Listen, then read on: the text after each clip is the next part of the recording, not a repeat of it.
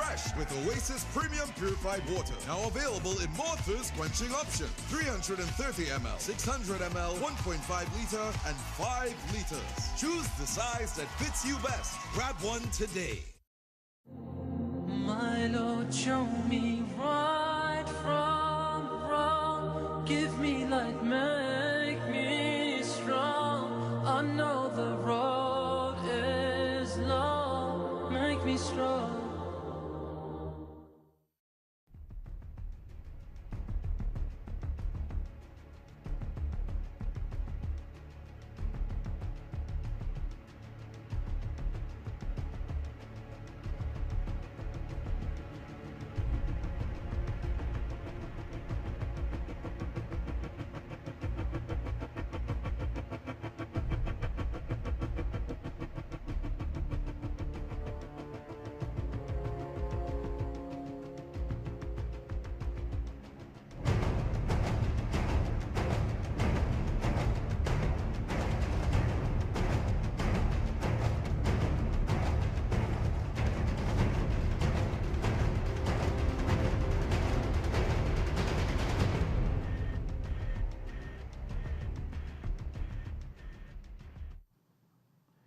Bismillahir Rahmanir Rahim.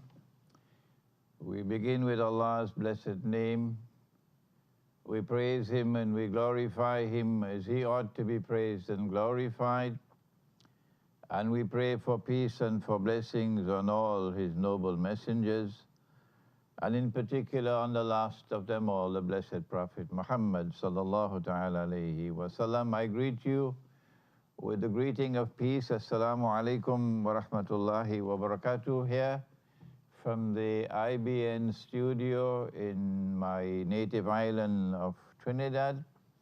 I regret that we lost last Sunday. I was in Tobago, the neighboring island of Tobago, and I couldn't get a flight to fly back to Trinidad on Sunday morning. To do the live program. I was in Tobago because I had 4 Orthodox Christian guests. 2 of them were Russians. I think you know the Seika from the website, the Vineyard of the Seika. He's a Russian military and political analyst of the first order, really, and he has a very important website, the Seika. But my viewing audience are already familiar with him. So the Seika flew to Tobago to spend 10 days with me. And there were also 2 guests from Belgrade. One was a US-trained attorney, and the other was a medical doctor. And the Seika and his wife, that made 4 of them. And we spent 10 days in very very great conversations, comparing Islamic eschatology with Christian eschatology, and preparing ourselves for some work that we're going to be doing in the future, but I'll tell you more about that sometime later, inshallah. I resumed this morning with our signs of the times. You know that we can look up in the sky and we can try to anticipate whether rain is coming or not, but my critics say that I can't do that with the events which are unfolding in the world. They say only Allah knows the future, and yet they look up in the sky and they say it's going to rain today. Yes, Allah knows the future, but Allah has communicated to us, and He does continue to communicate to us with signs which are unfolding in the world. And woe unto those who are heedless of the signs of Allah unfolding in the world. And we've been looking at the subject of money, which is one of the big signs unfolding in the world. And I mentioned to you in my first program in February that the Indian government did something extraordinarily mysterious. Extraordinarily mysterious. It was a few months ago when the Indian government betrayed the Hindu religion, and I hope that my Hindu listening audience here in Trinidad and elsewhere in the world will pay heed to what I'm saying. The Indian government betrayed the Hindu religion when the Indian government demonetized, like a thief in the dark on a Sunday morning, the two biggest currency notes in India, the 1,000 rupee note and the 500 rupee note. Why did the Indian government do that? Ask your Mufti, ask your Maulana, ask your Sheikh. Why are they sleeping? Why don't they wake up and answer? The reason why the Indian government did that is because the Indian government was acting on behalf of Wall Street. Acting on behalf of Wall Street, because those who, the Judeo-Christian Zionist Alliance, which is ruling the world from Washington at this time, and which wants to rule the world from Jerusalem tomorrow, they want to take control of the world of money even more than they do so now. They want all money to be electronic money, electronic money. And the Indian government was being used as a guinea pig to get all of India hooked into electronic money. And when all of India is hooked into electronic money and they see what are the problems that they encountered in India, they will now have it easier to deal with the rest of the world. Pakistan coming up soon. Pakistan coming up soon. And so to the rest of the world of Islam and the rest of the world. And if you had 1,000 rupee notes and 500 rupee notes in India, and you were saving this money in big notes, you could take it to the bank provided that you paid your taxes on it. And if you feared that you did not pay the taxes and it might put you in jail, you take the loss. Otherwise, if you take it to the bank and you provide the proof, then the bank will put it into an account for you. You don't have an account, they'll open an account for you. And now your money is converted into electronic money. You can't take it out. No. You can't. There's nothing to take out. All you can do is to transfer your money from one account to another. That's coming. And if you're comfortable with that, that's up to you. But the rest of us who get our guidance from the Qur'an, we say no. Not Allah's guidance in the Qur'an tells us that's not money. The paper money was bogus. You take a piece of paper, and remember your brother Imran has studied international monetary economics in 2 universities. I know my subject. When I say you take a piece of paper and you print a picture on it and you put a number in it and you give it a fictitious value and you call that money. And Mufti says that's halal. That's what Mufti says, it's halal. Ah yes, Mufti, you'll have to answer in the grave for saying that it's halal. It's not.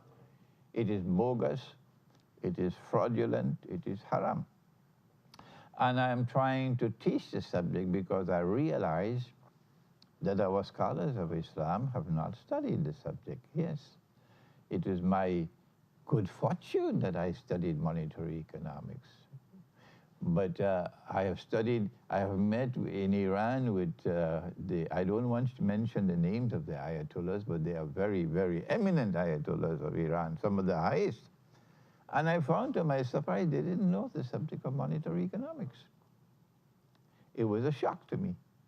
The same thing in the Sunni world, the same thing in the Shia world. And so I'm teaching the subject now, hoping that through these programs we may be able to reach to the scholars of Islam and teach them what is money in the world today. This is a presentation from Islamic eschatology. It's not just a lectures in monetary economics. And I pointed out that Islamic eschatology has an advantage over all other eschatologies in the world. What is that advantage? We have data, we have knowledge given to us in the Qur'an which nobody else has. And one of those things which I have reached out to you from the Qur'an, And I don't know why my critics will not go to the Qur'an. They criticize me for every single thing under the sun. They even say I am a supporter of Trump without providing evidence. If Trump says something right, I say it's right. And if Shaitan says something which is true, I say Shaitan has spoken the truth. What's wrong with that? What's wrong with you? Can't you think? If Shaitan speaks the truth, you say he's spoken the truth. Why not? But he's still Shaitan. I'm not saying that Trump is Shaitan. I'm not disrespecting the President of the United States of America. But if the President of the United States of America wants to have good relations with Russia, I know why you're angry. I know, because you are angry because Russia gave you a beating in Syria. Because you're getting all your state-of-the-art weapons from Santa Claus to wage your bogus jihad, and now you're angry that Russia and the United States under Trump might reach to some friendly relations. But I don't know whether it's going to happen or not. But this is what Trump has said, and I say, well, I believe this is a positive development. But that does not make me a supporter of Trump. Everything I say, they're critical of me. So now I ask them to come to the Qur'an. The Qur'an gives us a very important event in Islamic eschatology that nobody else has. And that is that when Pharaoh was drowning, he declared his faith in the one God. And then Allah responded. It is Surah Yunus. And Allah responded, Ba'ada'udhu billahi minash shaitanir rajim. Al-an, now Pharaoh, وَقَدْ عَصَيْتَ قَبْلِ, and before this you were in obstinate rejection. وَكُنْتَ مِنَ الْمُفْسِدِينَ, and you were corrupting and destroying everything around you. فَالْيَوْمَ نُنَجِّيكَ بِبَدَنِكَ, this day, Pharaoh, we have decided, we have ordained that your physical body will be preserved. Why? Why does Allah want to preserve the physical body of Pharaoh? Do you know the answer? لِتَكُونَ لِمَنْ خَلْفَكَ آيَةً. That's the answer. That your physical body, when it resurfaces in the historical process, when it is rediscovered, would be a sign for a people to come after you, Pharaoh. What is the sign? If you don't know, then let me tell you. The Qur'an is saying that when the body of Pharaoh is discovered, it will be a sign for a people who will live the way Pharaoh lived. There was this epic encounter between Pharaoh and Musa alayhi salam, between arrogant power, declaring that he is the God Most High, Ana Rabbukumul A'la, and persecuting and demonizing and waging war on the religious way of life and on the Muslims who were Banu Israel. And Allah destroyed Pharaoh, sent a miracle. The water parted, the Israelite people crossed over to safety, and when Pharaoh and his army attempted to pass through the opening in the waterway, the waters came down and they were all drowned. Allah is saying, this epic encounter will be repeated in history. History will be repeated. It will occur one more time. When the body of Pharaoh was discovered in 1897 or 98, it was just at the same time that the Zionist movement was created. And so now we are living, according to Islamic eschatology, in a special time in the end time, the last countdown, you may call it. That in this last countdown, from 1897 until the return of Nabi Isa alayhi salam, the return of Jesus, that every Christian is waiting for, and every Muslim is waiting for. The events are going to unfold in history like beads on a chain, beads on a necklace. So you have to be able to read and see what is happening. You have to be able to connect the dots in the historical process now from 1897. I think it was in my last lecture I pointed out that within a few years of the body of Pharaoh being discovered, two things happened. In 1902, do you remember? I'm 75 years of age. Tomorrow I'll be gone from this world. I want you, my students, to do your homework. Study history. Connect the dots of history. And may Allah give you the nur with which to do it. Because this is vitally important to be able to anticipate what's coming ahead. In 1902, the Zionists organized a conference in Paris to plot regime change. They wanted the Ottoman Empire to have regime change. Why? Because the Ottoman Empire controls Jerusalem, controls the Holy Land. And the Zionists want a state of Israel in the Holy Land, which will eventually rule the world. They plotted, therefore, in 1902 for regime change in the Ottoman Empire, in Constantinople. In the same year of 1902 that they were plotting the destruction of the Ottoman Empire, they had Dajjal sent Abdulaziz ibn Saud to Riyadh to take control of Riyadh, so that a state of Saudi Arabia could eventually be created to replace the Ottoman Empire, controlling the world of Islam on behalf of Dajjal. That was 1902. In 1907, again plotting for the destruction of the Ottoman Empire, Britain and France embraced Russia in a triple alliance. But Russia was always the enemy. How come you now want friendship with Russia? Why? Because they need people to fight the Ottoman Empire. The Ottoman army is a powerful army, and they want to use the Russians as guinea pigs, the way the Indians are today being used as guinea pigs. And how will they get Russia on their side? They use a bait. They offered Russia Constantinople. The Ottoman Empire is the sick man of Europe. When the Ottoman Empire collapses, we, Britain and France, promise you Constantinople. And Russia fell for the bait. But not anymore. You can give Russia all the bait you want today, it's not going to fall for it. No, not today's Russia. And so that was 1907. 1908, and regime change in the Ottoman Empire. They succeeded in 6 years. It's unimaginable. It just took them 6 years.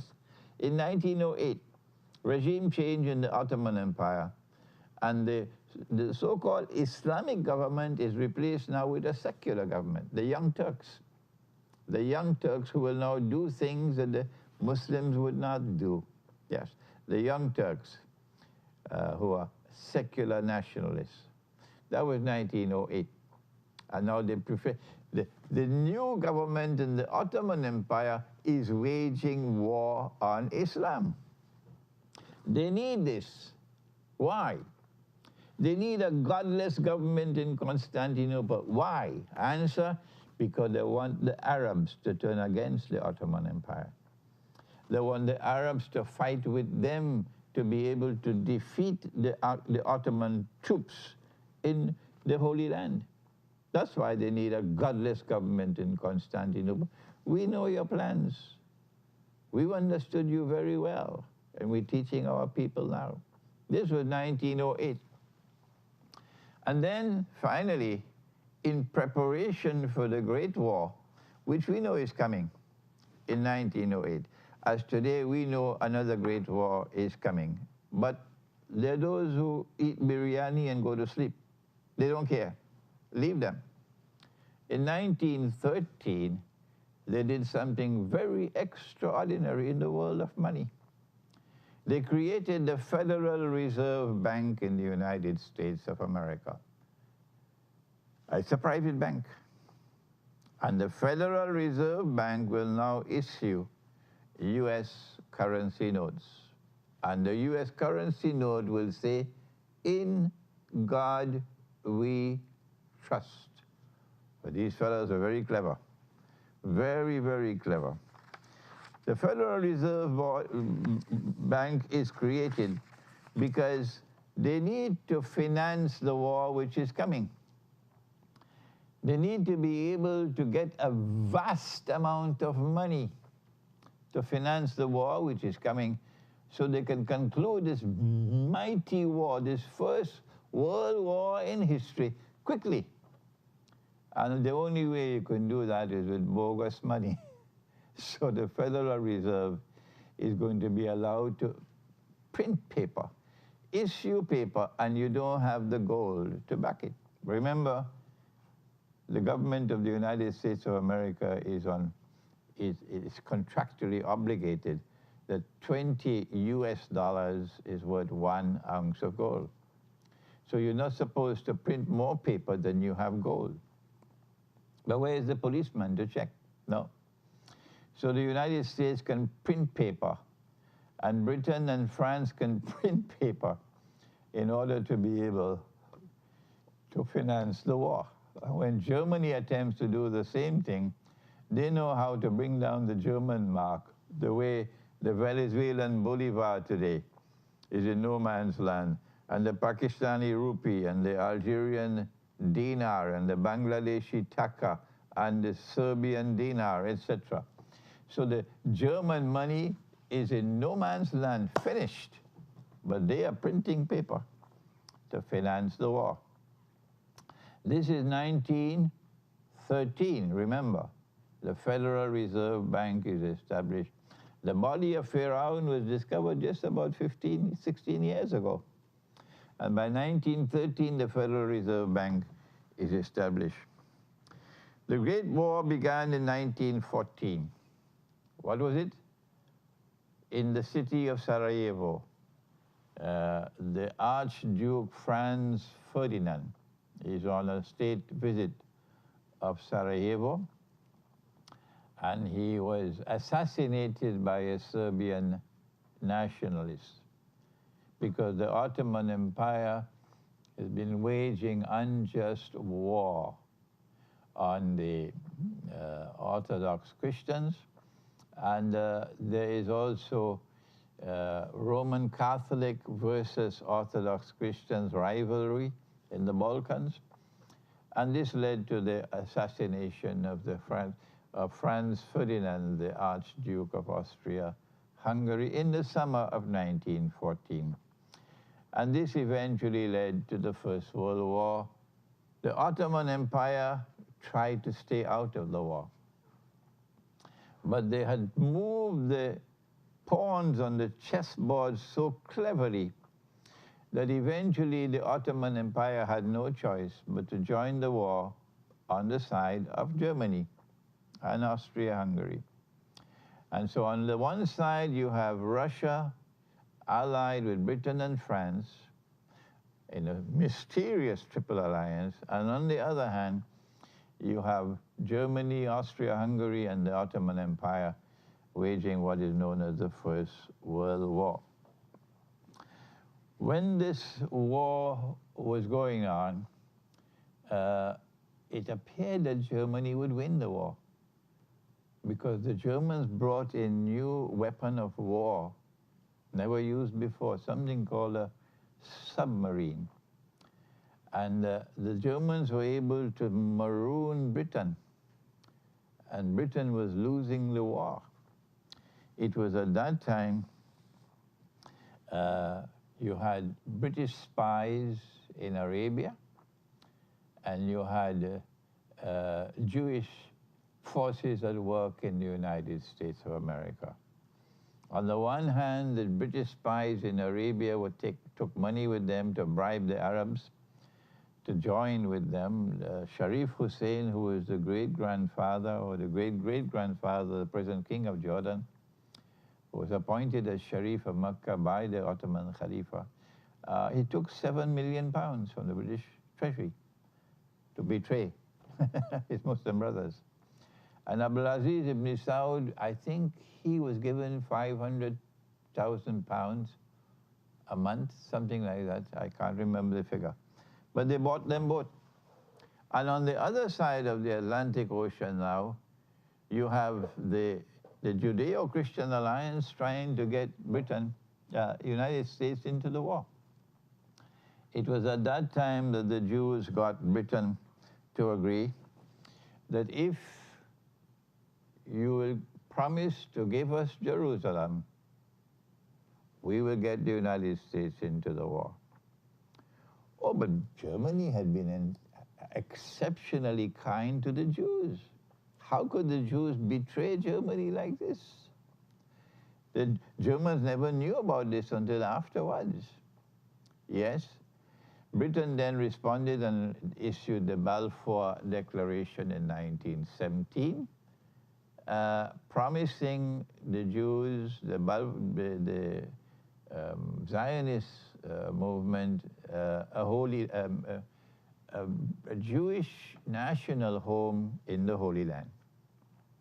This is the Balfour Declaration of October 1917. 1 month later, the British Army, supported by thousands of Arabs, were able to defeat the Ottoman Empire army, and Jerusalem was liberated for the Jews. And then the British general declared, today the Crusades are over. The same month, or maybe it was October, a third thing happened, and that is that Russian troops are only 1 arm's length away from Constantinople.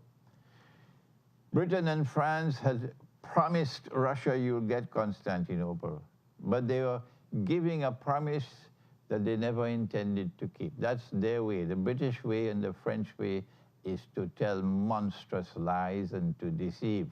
That is what they have left behind them in history, that they are liars. And they deceive Russia. When the Russian troops were 1 arm's length away from Constantinople, then the Russian Jews acted. And they brought about regime change in Russia. It was called the Bolshevik Revolution. And they killed the entire family of the Tsar, took over Russia, and then proceeded for the next 70, 80 years in waging war on the religious way of life, to destroy Orthodox Christianity. These are all facts. My critics can do what they want. I am giving you facts. These are things that actually occurred. And then as soon as the Bolshevik Revolution took place, Russia withdrew from the war. And so Constantinople is now safe for the British and the French and the American. United States entered the war, and eventually they were able to defeat Germany, and Germany had to surrender. And the Ottoman Empire was not only defeated, the Ottoman Empire was broken up into bits and pieces, and Pakistan, you better study what happened. Pakistan, you better study what they did to the Ottoman Empire. I'm warning you, you better study what they did to the Ottoman Empire. They broke it up into bits and pieces, and that is what they want to do with Pakistan. I got my education in Pakistan.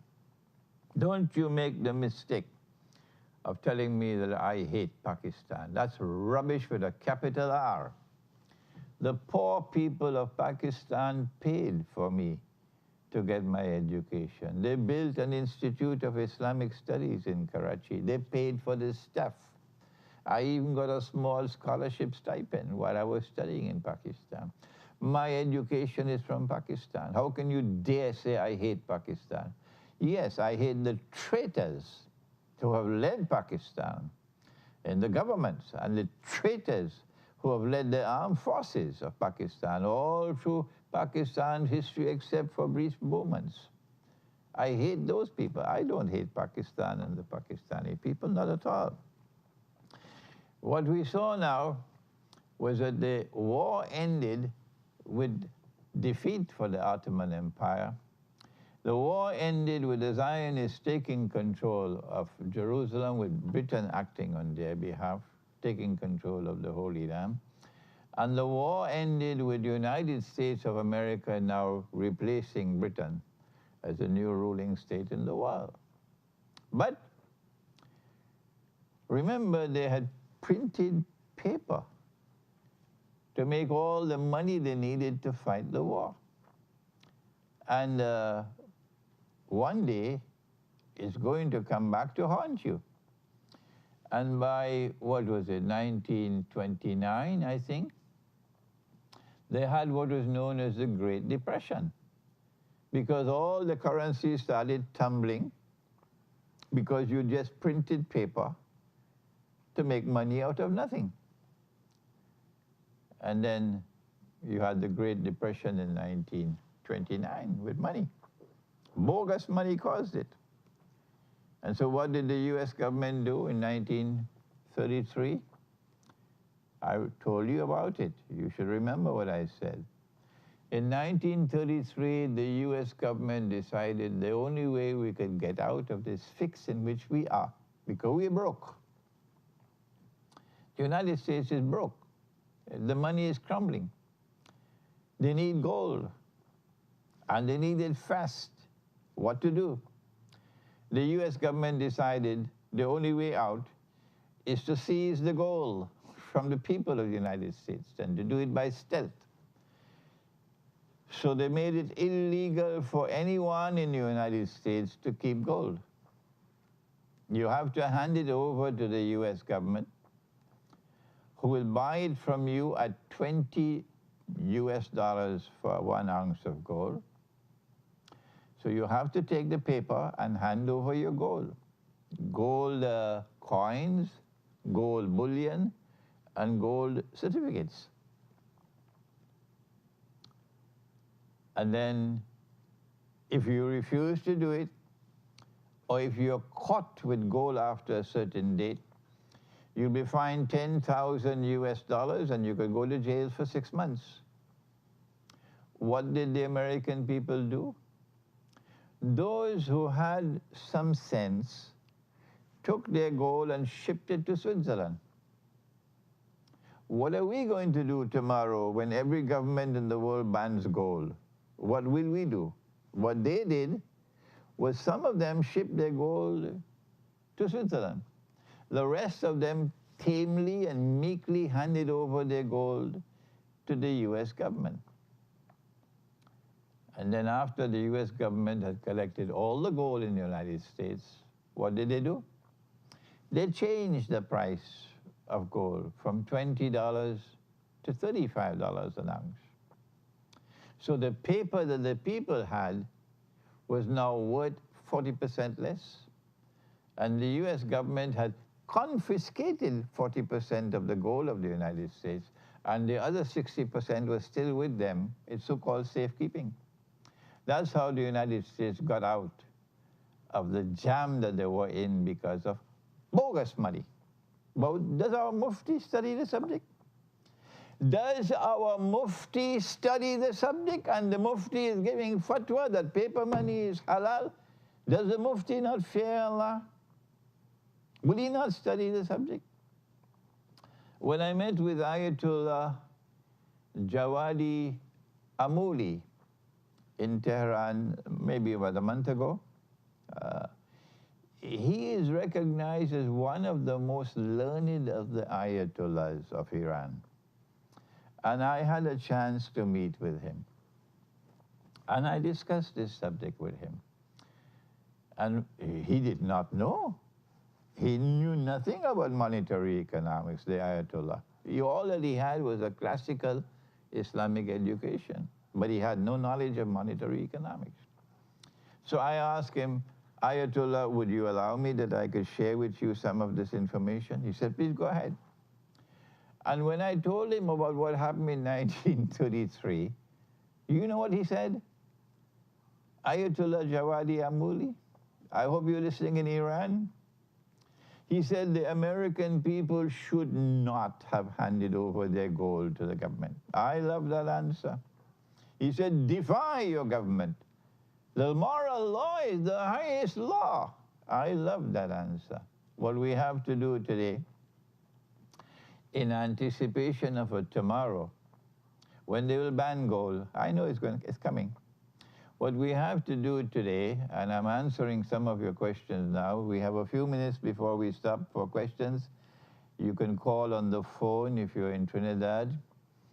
There'll be a number at the bottom of the screen soon. But if you're outside of Trinidad, I suggest that you don't call unless you don't have the internet. It might be better for you to send an email to me. I have my laptop here, so I can check for emails. But if you want to call from abroad, yes, you can.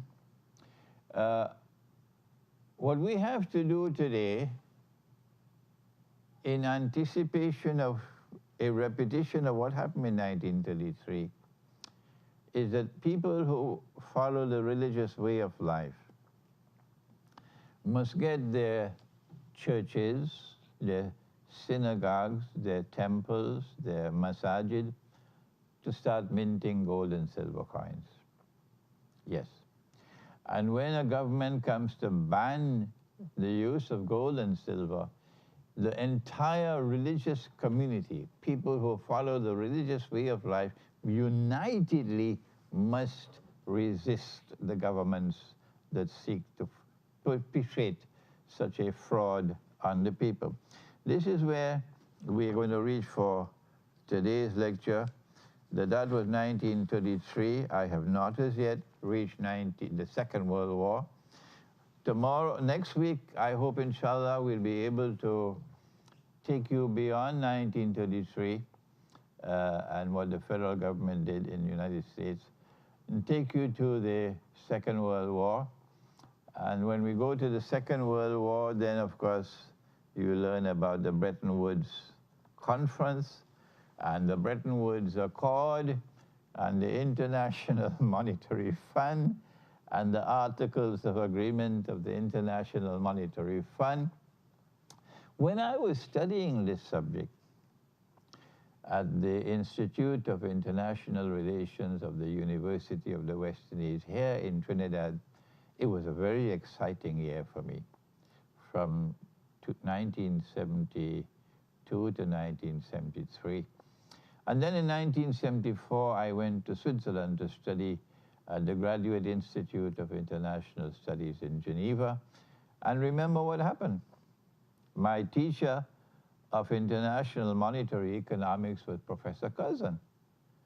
And every single day in the class, I was challenging him because it was bogus.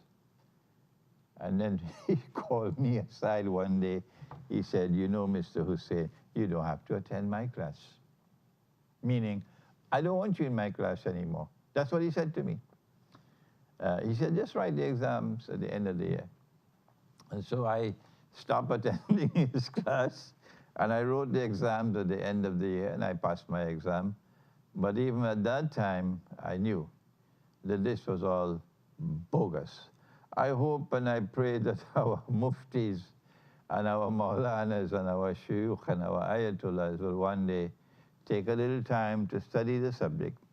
I'm teaching the subject here from IBN with the hope that you, my students, will be able to help me get this knowledge over to the scholars of Islam. Now, let's see some of the emails while we're waiting for telephone calls. If you are in Trinidad or in Tobago, you can call. This email is from the Azores, and he is a Christian, and he says that he studied theology for 3 years in a Catholic seminary. And what does he say? This is the last email I got. Dear Sheikh Dr. Imran Hosein, no. I wrote my PhD thesis, but I left Geneva before defending it. And thank Allah I did not defend it, because there were things in that PhD thesis that were inadequate. So I did not defend the PhD. I did not get the PhD as yet, and I'm not interested in it anymore. I have enjoyed watching many of your lectures and am fascinated by your teachings. I am Portuguese and I live in the Azores, in the second smallest island. It's a 9-island archipelago. I'm also a Christian and I studied theology for 3 years in a Catholic seminary, and I almost became a priest. I'm sad because of the world situation, the terrorism, the wars, the killing of innocent people. I feel sad for all the Muslims. They have been turned into scapegoats by the globalist evil empire of the United States and of Israel. I will be honest with you. Every time I watch you on the internet, I see Jesus Christ in you. I see Jesus Christ in you. And that's exactly how you look and sound to me. When I listen to you, I know I'm listening to Jesus. It's a big mystery, as we are all called to be brothers and sisters, other Christs in the world. The Bible teaches that we are the salt of the earth and the light of the world. MashaAllah. The Bible teaches that we are the salt of the earth and the light of the world. MashaAllah. Back in 1989, I had a mystical experience in my life. That experience changed my whole life, and I never became the same again. For me, it's not a question of believing in God, for I know perfectly well that God is real. I've always known that. The Bible also teaches that we are the light of the world, and we're living in a world full of darkness. I know that we're living in the last days. The signs of the times are all around us, no doubt about that. I don't have any questions. The only reason I'm writing to you is to let you know that the sound in your live video broadcast should be turned higher. I have great difficulty in hearing what you are saying, because even with the sound turned high on my computer, still the sound comes in very, very low. I hope we fix that problem. Please, if possible, tell your technicians to fix the problem. Thank you so much, and may God bless you and keep you under His divine care. Thank you, my brother, my Christian brother. This one is from Melbourne in Australia, and he's asking questions about Dajjal and space and time, and about Gog and Magog, and metaphysics in Islam. But I'm sorry, we should give priority to questions pertaining to money. So we'll have to postpone answering your questions at this time. I'm sorry, my brother. This one is from Pakistan, and it speaks about the encounter between Musa alayhi salam, the Prophet Moses, and Khidr alayhi salam.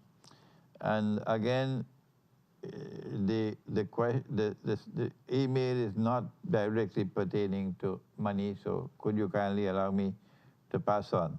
I would like to answer questions pertaining to money. Sheikh, I would like to know why Islamic banking... This one is from where? He doesn't tell me where he is from. I would like to know why Islamic banking is haram. Thank you, and may Allah guide us all, inshallah. Islamic banking never says that paper money and electronic money are bogus and fraudulent and haram. This is my view, and I believe I'm standing on very firm foundations when I declare it to be bogus and fraudulent and haram. And I invite you, if it is bogus and fraudulent and haram, do you know of any Islamic bank in the world which says so? Is there any Islamic bank anywhere in the world which wants to bring back dinar and dirham?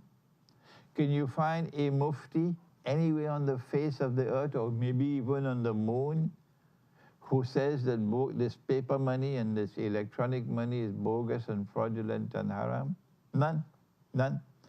But there's more to Islamic banking than that. But I don't have the time today to address the subject of Islamic banking. But if you go to my book entitled the prohibition of riba in the Qur'an and Sunnah, you will find a section at the end of that book with questions and answers in which I take up such subjects as what is murabaha in Islamic banking. This question is from Jeddah in Saudi Arabia. Assalamu alaikum, Shaikh Imran. I'm not sure if this question has already been asked in your lectures, as I've only listened to 2 lectures on the end times series before this question dawned on me. Okay, what's your question?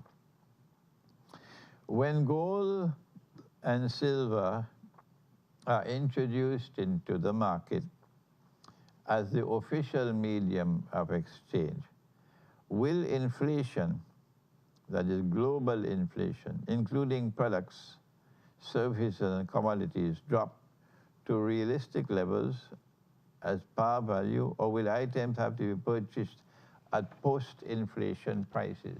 Answer: inflation is defined as constantly rising prices. In a free and a fair market, prices are determined by demand and supply. When demand exceeds supply, the price will rise. When supply exceeds demand, the price will fall. So in our market here in Trinidad, tomatoes, sometimes the price goes up and sometimes the price goes down. That's because of demand and supply.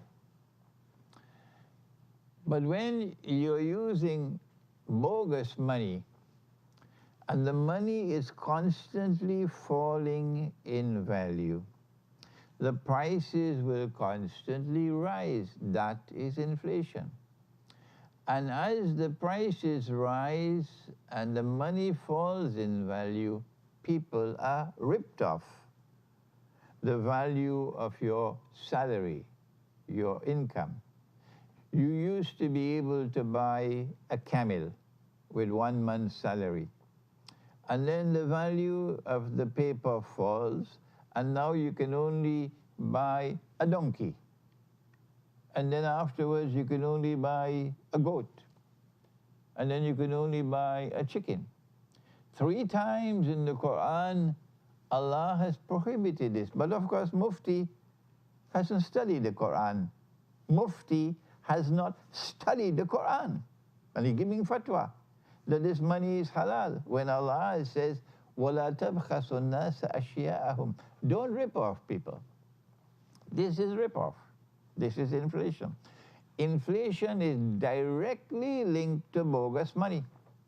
If you fix the money and you have halal money, inflation disappears. The same price you paid for a sheep in the time of the Prophet ﷺ, 1400 years ago. Demand and supply remaining constant is the same price you'll pay today. So we are not talking about inflation once you return to gold and silver coins as money in our market. Our prices will remain constant, but will change only in response to changes in demand and supply. It is outside of our market, where you have the bogus money being used, that you have the problem of inflation, and that is their problem to solve, not ours. We now have a question from Bangladesh. I hope this email will reach you. My question is, will it be the same if I buy silver and gold jewelry instead of coins? Because it's hard to find and it's suspicious, even if I buy legally any gold and silver coins. No, jewelry cannot be used as money. Why? Because jewelry has, in addition to the gold content, it has a labor content in it and the artistic content in it. So you cannot use jewelry as money. So you'll have to get either gold bars, gold bullion, they call nuggets as well, or gold coins and silver coins. At this time when we don't have a market where we can buy and sell using gold and silver, it makes more sense to buy and invest in gold bars, which are cheaper than coins, because with the coin you have to pay for the minting process. It is cheaper, therefore, to buy gold bars rather than gold coins. And you will use your gold bars and silver bars in order to preserve your wealth. That's the function of the gold bars and silver bars. Only when we have a market in which we can buy and sell using gold and silver, dinar and dirham, only then would it be necessary to mint the gold bars or the nuggets into coins. And for that purpose, I would like to see if we can get an alliance of Muslims and Christians and Jews and Hindus and Buddhists, an alliance. Everywhere in the world where we can do it, we do it. And in every church and every temple and every masjid and every synagogue, we do what the temple in Jerusalem was doing at the time of Nabi Isa alayhi salam. The temple was minting its own gold and silver coins. This is Masjid al-Aqsa. At the time of Nabi Isa alayhi salam, the Prophet Jesus, when people brought their Roman money to the temple would not accept that money because there were graven images on the coins. So there were money changers, and they were changing the Roman money to temple money. And the temple money was halal because it had no graven image. A graven image being a graven image of a human head or an animal. That is a graven image that it makes it haram. So the temple was minting its own gold and silver coins. If the temple Masjid al-Aqsa could be doing that at the time of the Prophet of Allah, Nabi Isa alayhi salam, we can do it again today. So we mint our gold and silver coins in every temple, every masjid, every church, every synagogue, and people can bring their gold bars and silver bars to the nearest temple or masjid, and the temple will mint it for them. And I believe if it can be done free of charge to the people, that will be so good. But I leave that for those who will come after me to do this work. The situation in Pakistan is growing. This one is from Peshawar. The situation in Pakistan is going worse. Oh, there's a caller. Go ahead. Hello? Hello, assalamu alaikum. Wa alaikum salam. Yeah, Maulana, assalamu alaikum. Always listen to your program. It is very insightful and informative. I'm calling from Las Lomas area here. You're calling from Las Lomas. That's a beautiful area. Go ahead. Yeah. What I would like to know is where is your book available in Trinidad that we could get it, you know? So if there's any place we could go and purchase it in Trinidad, your books. The question is, where can we get gold and silver coins in Trinidad? That and your books too. Your books that are your Oh, my books, my books. Get it. Okay. All right. What you do is send me an email. Okay. Have you got email? Yes. Okay, then there's my email address at the bottom of the screen. I don't have all of my books in Trinidad, but I have many of them. Some of them are in Malaysia, and I have to wait until I can get them shipped to Trinidad. So send me an email, and I can arrange for you to get my books. Anybody else who would like to get my books, just send me an email, and we arrange for you to get my books. But about gold and silver coins, my plan, and make dua that it might be successful, is to approach the Hindu community in Trinidad and Tobago, approach the Christian community in Trinidad and Tobago, and try to persuade them that if the temple in Jerusalem could do it, we can do it. And so every masjid in Trinidad, I know Masjid Al-Quds in in Cape Town. Masjid Al-Quds in Cape Town is minting gold and silver coins for many years now. Yeah, and the Muslims of Cape Town can go to the masjid and buy their gold and silver coins right there in Cape Town. Yeah, I've delivered the khutbah of Salatul Jummah several times in Masjid Al-Quds in Cape Town. So if we can do that in Trinidad, then every masjid, every temple, Hindu temple, every Christian church will start minting its own gold and silver coins, and the people can go to their local masjid or temple or mandir and buy gold and silver coins, inshallah. This one is from Pakistan, and he says, sir, the situation in Pakistan is going worse day by day, and the media plays a major role in the situation. Is it a war for power and money, or are we going nearer to the end time? The people who control the media around the world today, the newspapers, the radio stations, the television stations, are the most dishonest people on the face of the earth. Who said that? Yes, the President of the United States of America said that. If Satan says something that is true, should you not say he's spoken the truth? I'm not saying that the President of the United States is Satan, but if somebody says something which is true, you must say he spoke the truth. And that is what the President of the United States has done. He said that the media around the world, no, the American media he's speaking about, and that's the worst of all, are the most dishonest people on the face of the earth. They're destroying Pakistan. And I turn off my television set. I don't watch television. I don't read the newspapers.